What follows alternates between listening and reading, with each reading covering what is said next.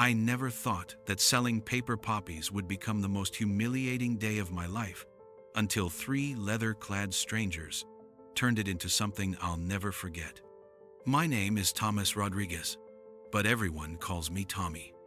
I'm 72 years old, and every November for the past 15 years, I've set up my little folding table outside Miller's Grocery here in Millfield. The same corner spot, the same weathered card table that Sarah bought me from a garage sale, the same handmade sign that reads, "Poppies for Veterans, honor our fallen brothers." People don't really see me anymore. I'm just part of the scenery, like the shopping cart return or the community bulletin board covered in faded flyers. But I keep coming back because this matters. These red paper flowers matter. Every dollar I collect goes to the Disabled Veterans Foundation, helping guys like me who came home different than when they left.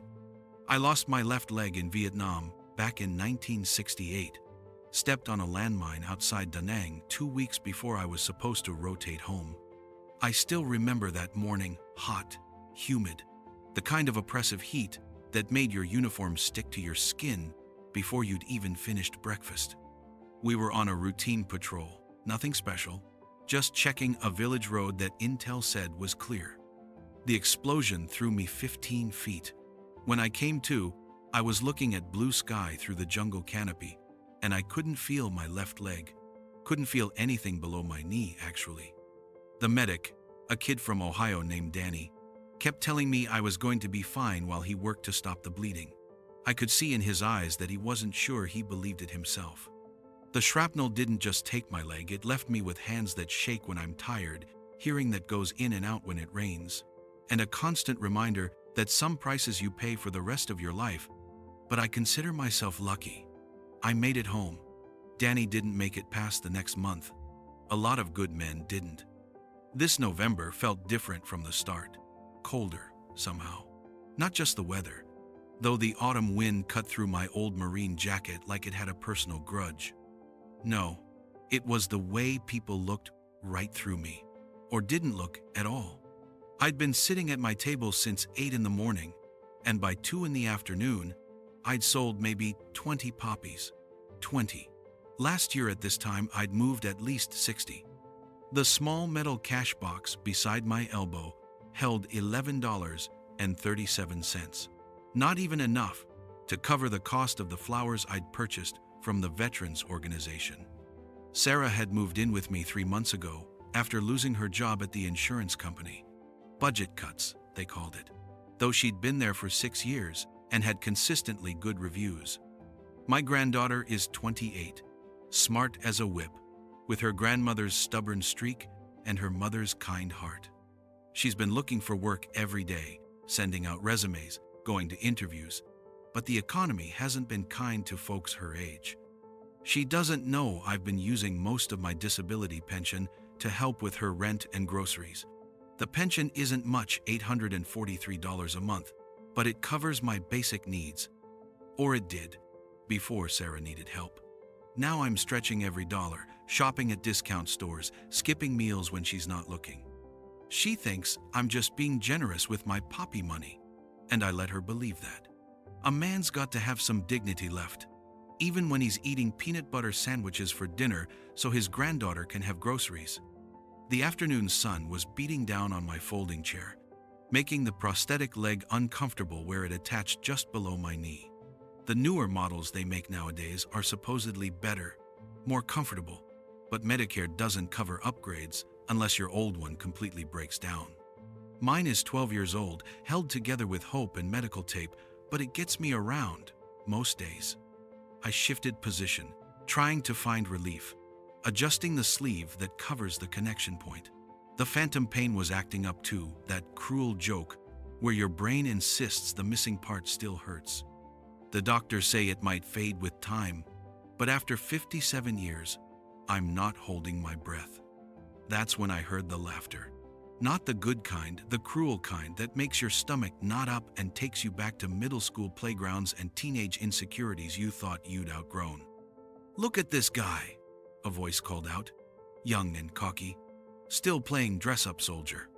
I looked up to see 4 teenagers approaching my table.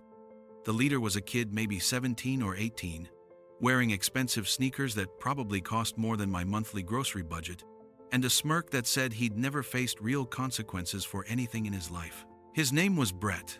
I'd seen him around town, always with that same entitled swagger.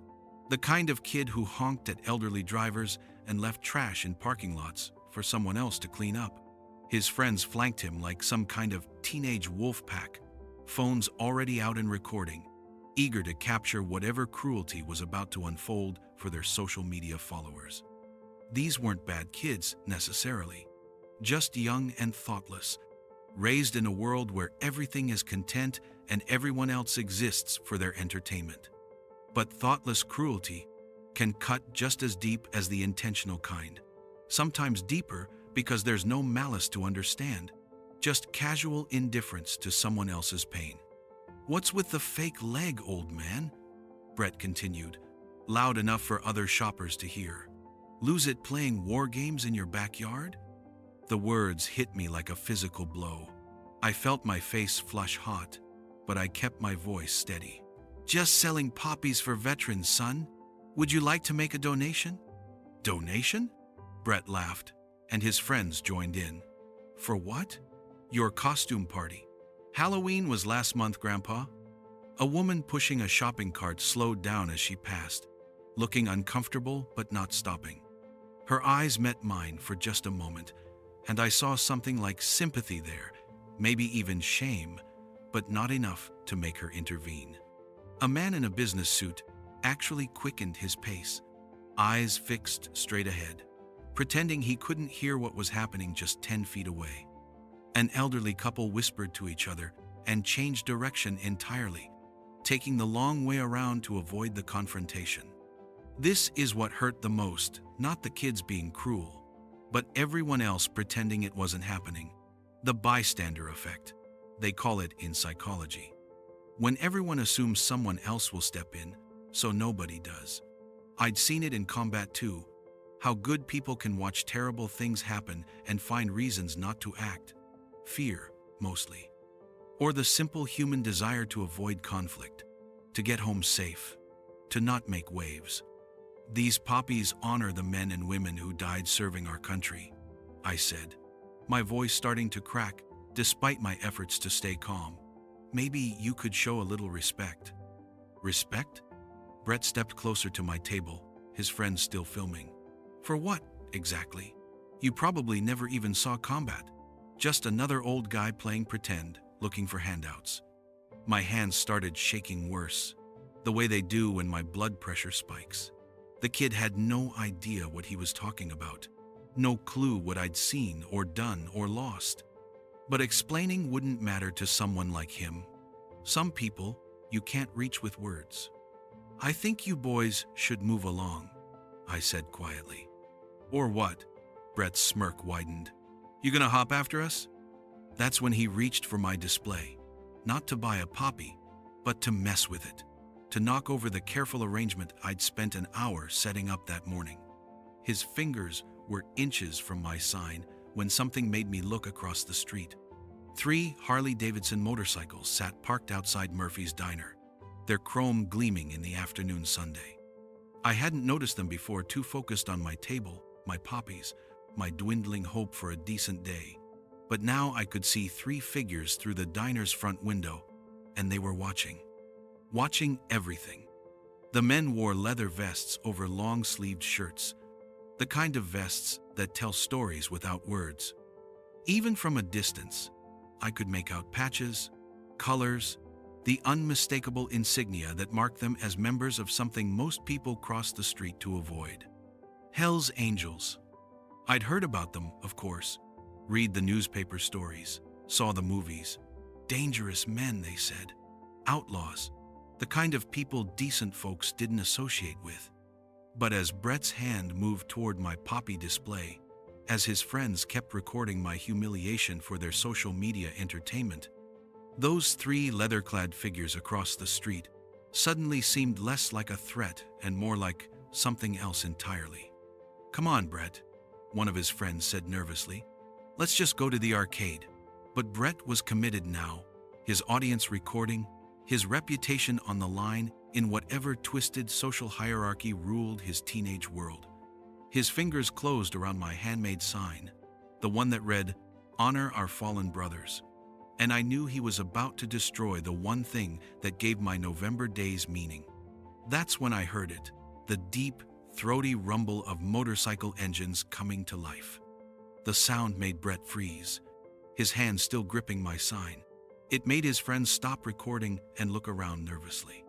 It made every person in that parking lot turn their heads toward Murphy's Diner, where 3 Harleys were pulling away from their parking spots with the slow, deliberate movement of predators who'd just spotted their prey. I'd been a Marine. I'd served in combat, seen men face death with courage and others break under pressure. I knew the difference between posturing and the real thing. And as those 3 motorcycles began crossing the street toward us, I realized that Brett and his friends were about to learn that difference too. The lead bike was massive, its rider even more so. Through his helmet visor, I caught a glimpse of hard eyes and a graying beard. His vest bore patches I couldn't read from this distance, but the colors were unmistakable. Behind him rode 2 more men, equally imposing, their machines moving in perfect formation. Brett's hand slowly released my sign as the motorcycles approached. His friends had stopped laughing entirely, their phones now hanging forgotten at their sides. Other shoppers began backing away, creating a wide circle around my little table and the brewing confrontation. The engines grew louder as the bikes drew closer, that distinctive Harley rumble that speaks of power and purpose. I found myself holding my breath, not sure what was about to happen, but certain that my quiet afternoon of selling poppies was about to become something else entirely. As the first motorcycle pulled up behind my table, close enough that I could feel the heat from its engine, I realized that sometimes help comes from the most unexpected places. Sometimes angels wear leather jackets and ride machines that sound like rolling thunder. And sometimes, when the world seems determined to look the other way while cruelty unfolds in broad daylight, someone finally decides to look back. Chapter 2: Brothers in Leather.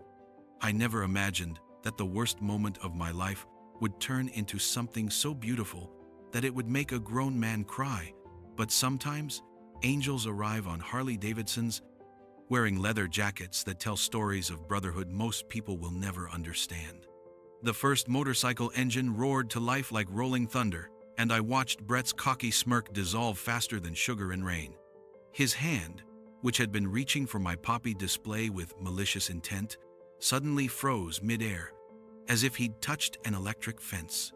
The sound of that Harley wasn't just noise, it was a warning, a promise, and a declaration all rolled into one deep, rumbling note that seemed to vibrate through the concrete beneath our feet.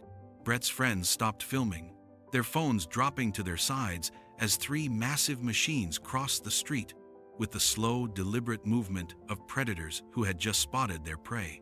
The lead rider was enormous, easily 6 feet 4 inches, and built like a bulldozer, with shoulders that could carry the weight of the world and arms that looked like they'd been carved from oak trees.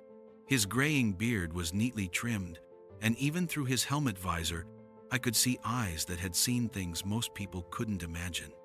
The bike behind my table came to a stop so close, I could feel the heat radiating from its chrome exhaust pipes. The rider dismounted with surprising grace for such a large man, his movements economical and purposeful.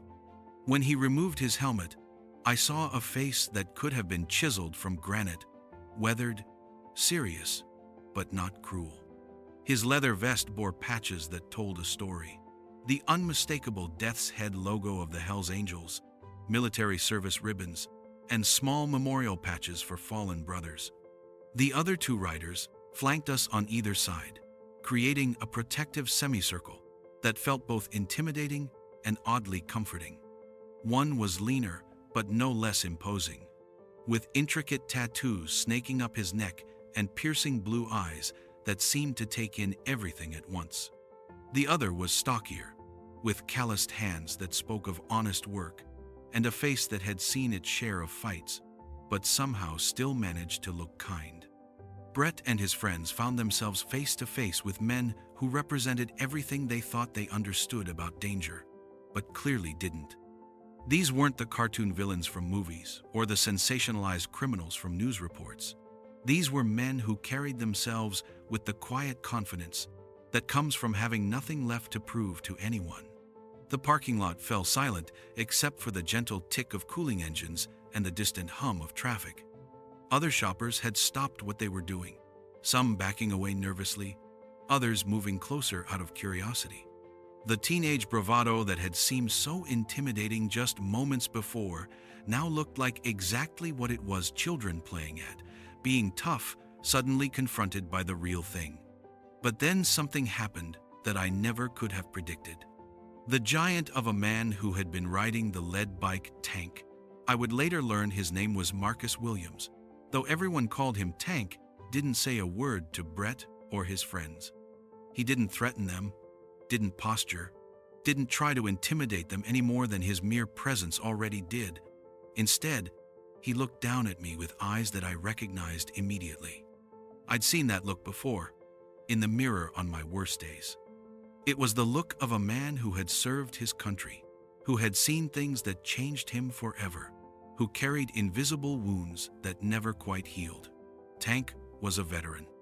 I could tell from the way he held himself, from the controlled way he moved, from the small details that only another soldier would notice. Without breaking eye contact with me, Tank slowly lowered himself to one knee beside my table. His massive hands that could probably crush a man's skull without much effort, began gently picking up the scattered poppies that Brett had knocked to the ground. Each flower was handled with the kind of reverence usually reserved for sacred objects. "Sorry about this, brother," Tank said quietly, his voice rough from years of shouting over motorcycle engines, but surprisingly gentle. "Kids today don't understand what these mean." I watched in amazement as this intimidating figure carefully arranged my poppies back on the table, straightening each one with the precision of a drill sergeant preparing for inspection. The contrast was surreal, this mountain of a man in leather and denim, treating my simple paper flowers like they were made of spun gold. The leaner rider, whose vest bore the road name Snake, pulled out a worn leather wallet and extracted a crisp $100 bill. He placed it in my donation box with ceremony, looking me straight in the eye as he spoke. "For the brothers who didn't make it home," he said simply, and those 8 words carried more weight than any speech I'd ever heard. The third rider, who I would learn was called Diesel, followed suit without hesitation. Another $100 bill joined the first, and then Tank reached into his own pocket and added his contribution. In less than 5 minutes, these 3 strangers had donated more money than I usually collected in an entire day. But this wasn't about the money. This was about something deeper, something that civilians like Brett and his friends couldn't understand. This was about brotherhood, about the unspoken bond between men who had served, who had sacrificed, who had seen their friends come home in flag-draped coffins or not come home at all. Tank stood slowly, his knees protesting the movement in a way that told me he carried his own collection of old injuries.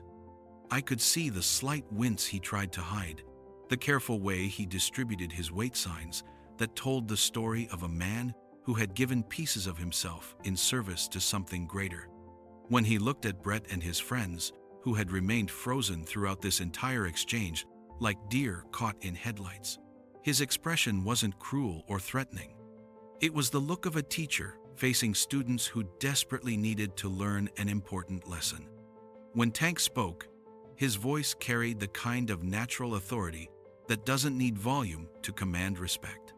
It was the voice of a man who had led other men through situations where the wrong decision could mean the difference between going home and coming back in a box. "You boys might want to think about showing some respect," he said calmly. "This man served his country. He earned the right to sit wherever he wants, sell whatever he wants to sell, and be treated with the dignity that every veteran deserves." Brett's face had gone pale. His earlier bravado completely evaporated like morning mist under the desert Sunday. His expensive sneakers, which had seemed so important to his teenage status just minutes before, now shuffled nervously against the asphalt. His friends shuffled nervously behind him, unsure whether they should run or apologize or just disappear into the ground. The phone that had been so eagerly recording my humiliation now hung limply in Brett's trembling hand. One of his friends, a skinny kid with acne and nervous eyes who looked like he'd rather be anywhere else in the world, actually stepped forward with more courage than I would have expected from any of them. "We're sorry, sir," he said, his voice cracking slightly. "We didn't mean any disrespect." Tank nodded once, accepting the apology with the grace of a man who understood that fear could be a powerful teacher when wielded with wisdom rather than cruelty. His expression softened slightly, recognizing perhaps that these weren't bad kids at heart, just young people who had never been taught the difference between confidence and arrogance, between humor and cruelty. "Good," he said, his voice carrying a note of approval. "Now you know better. And knowing better means doing better next time." The moment felt like it should have been the end of the encounter, but Brett was still holding his phone, and I could see the gears turning in his teenage brain. Tank noticed it too, his experienced eyes missing nothing. But something else was happening that none of us had expected. Something that would transform this moment from a simple lesson in respect into something that would ripple through our small town like a stone thrown into still water. Brett, in his eagerness to film his cruel prank, had captured the entire encounter on his phone. The footage of these intimidating bikers, showing such profound respect to an elderly veteran, was already making its way through the small town's social networks, but not in the way he had originally intended. What Brett had meant to be a video mocking an old veteran was instead becoming something powerful and beautiful. The raw footage showed the exact moment when Tank knelt to pick up my scattered poppies, the reverence in Snake's voice when he spoke about fallen brothers, the genuine respect these leather-clad men showed to someone society had forgotten. It was spreading through Facebook, Instagram, and TikTok faster than wildfire, shared by people who saw something in that moment that touched their hearts. Instead of going viral as a video of teenagers humiliating an old man, it was spreading as something beautiful, a powerful example of honor, respect, and unexpected brotherhood. Comments were pouring in from people who had seen the video, sharing their own stories about veterans they knew, expressing outrage at Brett's initial behavior, and praising the bikers for their intervention. Veterans from 3 counties away were commenting, sharing their own experiences, thanking Tank and his brothers for standing up for one of their own. I watched Tank's phone light up with notification after notification, messages from brothers across the region who had seen the video and wanted to know where this was happening. The Hells Angels may have a reputation for being outlaws, but what most people don't understand is that many of them are veterans themselves, men who found brotherhood on the road after struggling to find their place in civilian society. Tank's phone buzzed with notifications, and as he checked it, I saw a small smile cross his weathered features. "Looks like word's getting out," he said to Snake and Diesel. "The brothers are going to want to hear about this." Within the hour, I began to hear it, the distant rumble of more motorcycles approaching. At first, it was just 1 or 2 riders who had heard about what happened and wanted to show their support. But as the afternoon wore on, the sound grew louder, more constant, like an approaching storm made of chrome and steel. Tank looked at me with something that might have been amusement. "Hope you brought enough poppies," he said. "I think you're about to have a busy afternoon." As the first wave of additional motorcycles began pulling into the parking lot, I realized that this moment had become something much bigger than anyone had imagined. What had started as a simple act of cruelty by thoughtless teenagers had somehow transformed into something that would bring together a community I never knew existed. A brotherhood of riders who understood the true meaning of service and sacrifice. The sound of approaching motorcycles grew louder, and I found myself wondering if my small supply of poppies would be enough for what was coming. But looking at Tank's confident smile, and the respectful way Snake and Diesel had positioned themselves as unofficial guards around my table, I had a feeling that running out of flowers would be the least of my concerns. Something told me that this day was far from over, and that the best was yet to come. Chapter 3. The Brotherhood Rides. In 72 years of living, I never expected that the most beautiful moment of my life would happen in a grocery store parking lot, surrounded by strangers on motorcycles. But sometimes the universe has a way of surprising you with exactly the miracle you didn't know you needed. The sound started as a distant rumble, like approaching thunder on a clear day.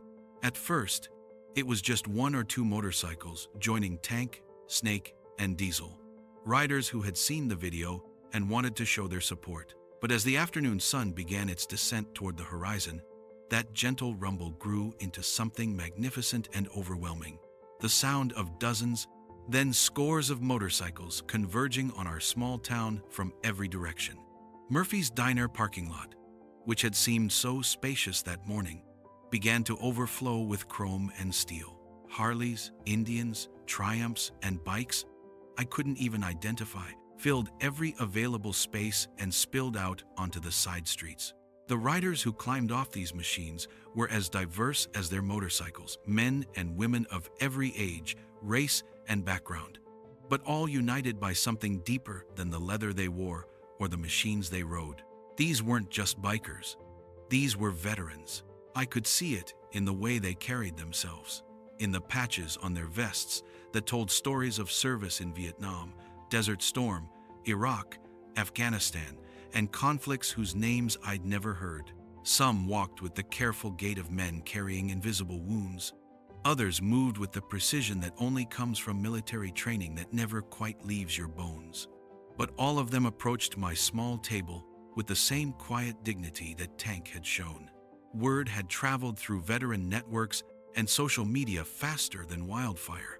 The video that Brett had intended as cruel entertainment had become something else entirely, a rallying cry for a community that understood the true meaning of service and sacrifice. Comments and shares were pouring in from across the state, the country, even from military bases overseas, where soldiers had seen the footage and wanted to express their support. But this wasn't about internet fame or viral videos. This was about something much more profound, the unbreakable bond between people who had worn the uniform, who had answered their country's call, who had seen friends come home in flag-draped coffins, or struggled to find their place in a civilian world that didn't always understand what they'd given. The riders formed a natural honor guard around my table, not with aggression or intimidation, but with quiet dignity that spoke volumes. They didn't crowd me or make a show of their presence. Instead, they created a protective circle that somehow made me feel safer and more respected than I had in years. Each one who approached did so with genuine reverence, many sharing their own stories of service, their own struggles with coming home, their own experiences with a society that sometimes forgot to honor those who had served. A woman with silver hair and kind eyes, wearing a leather vest covered in patches from women's veteran organizations, knelt beside my table and carefully straightened my remaining poppies. "Thank you for keeping their memory alive," she said simply, and I had to blink back tears at the sincerity in her voice. An elderly black man with a purple heart pin on his jacket approached with slow, measured steps, his cane tapping against the asphalt. He looked at my display for a long moment before speaking. "Vietnam?" he asked quietly. "68, I replied. He nodded with the understanding that only comes from shared experience. 70. "We made it home, brother. A lot of good people didn't." The conversation was brief, but it carried the weight of shared experience that civilians couldn't understand. He placed a $20 bill in my donation box and moved on, but not before clasping my shoulder in a gesture that said everything words couldn't express. As the afternoon wore on, something magical began to happen. The gathering wasn't just attracting veterans and bikers anymore. Word had spread through the town, and regular citizens began arriving, people who had seen the news coverage, who had been moved by the sight of this unexpected show of respect for a forgotten veteran. An elderly couple approached hesitantly, the woman clutching her purse nervously as she looked at the impressive assembly of motorcycles and leather-clad riders. But when Tank noticed their uncertainty and gestured them forward with a welcoming smile, their fear melted away. They bought Poppies and listened as Tank explained what was happening, their eyes growing wide with understanding and respect. A group of high school students arrived, clearly curious about the commotion. I held my breath, wondering if they would be like Brett and his friends, but instead they approached with genuine interest and respect. One of them, a young girl with bright eyes and a backpack covered in honor roll patches, pulled out her own phone, not to mock, but to live stream the gathering, with commentary about the importance of respecting veterans. Local news crews began arriving as the story spread beyond social media. I watched in amazement as reporters interviewed Tank and the other riders, all of whom deflected attention away from themselves and back to the importance of honoring veterans and the meaning of the Poppy Drive. The cameras captured not intimidating outlaws, but articulate, thoughtful people who understood the true meaning of service and sacrifice.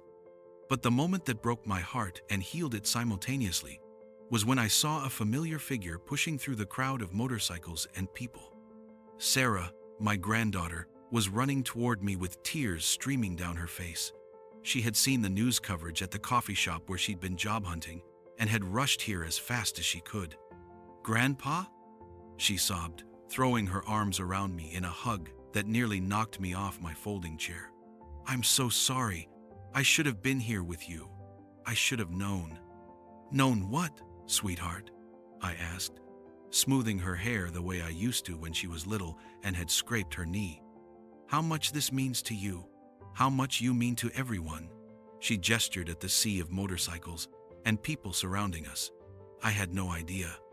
I watched as stranger after stranger approached to shake my hand, to thank me for my service, to share their own stories of family members who had served. My small donation box, which had contained $11.37 that morning, was now overflowing with contributions. But more than the money, it was overflowing with respect, with recognition, with the kind of honor that I had thought was lost forever. As the sun began to set, painting the sky in shades of gold and crimson that reflected off the chrome of dozens of motorcycles, Tank approached me with something that looked like ceremony in his bearing. The crowd seemed to sense the importance of the moment and grew quiet, the only sound the gentle tick of cooling engines and the distant hum of traffic. "Tommy," Tank said, his rough voice carrying clearly in the evening air, "you served your country with honor. You've spent years serving your fellow veterans with these Poppy Drives, keeping the memory of our fallen brothers alive when the rest of the world wanted to forget." He paused, looking around at the assembled crowd of riders and townspeople who had gathered to witness this moment. "Now let us serve you," he continued, reaching into his vest and pulling out an envelope. "The brothers have been talking, and we've organized something. There's enough here to make sure you never have to worry about helping Sarah with her rent again. And more than that, we've committed to making your annual Poppy Drive a protected tradition. Every November, you'll have an honor guard. Every year, we'll make sure the community remembers what these flowers mean." I tried to speak, but the words wouldn't come. The emotions were too big, too overwhelming.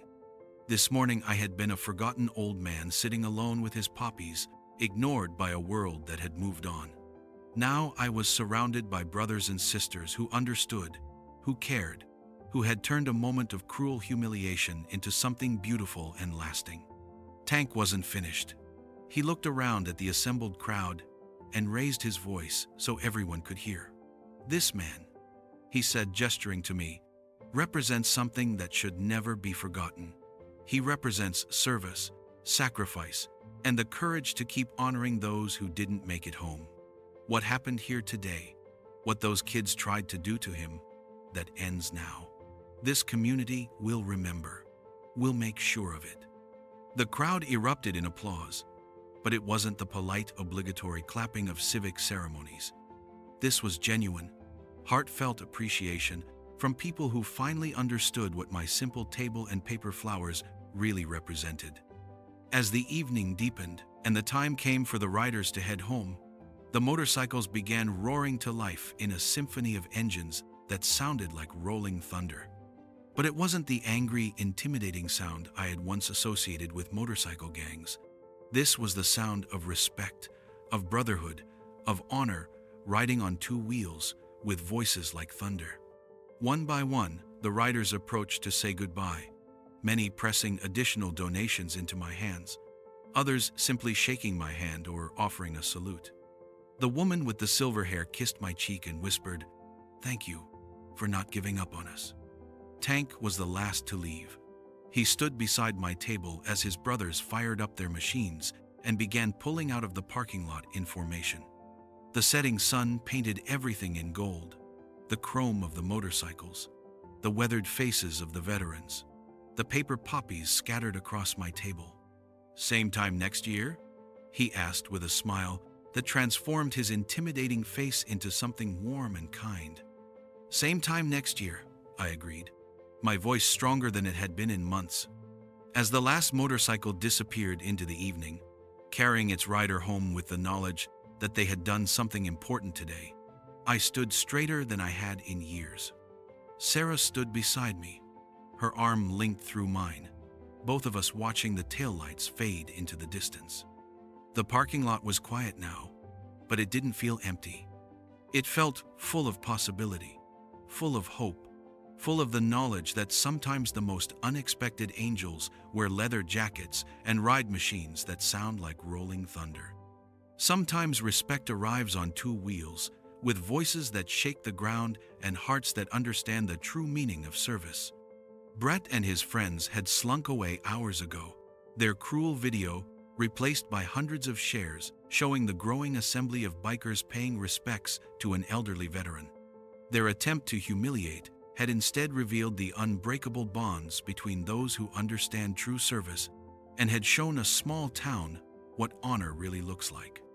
As Sarah and I packed up my table for the day, my poppies nearly sold out and my donation box full enough to help veterans for months to come, I realized that sometimes the worst moments of our lives can become the doorways to the best moments we never saw coming.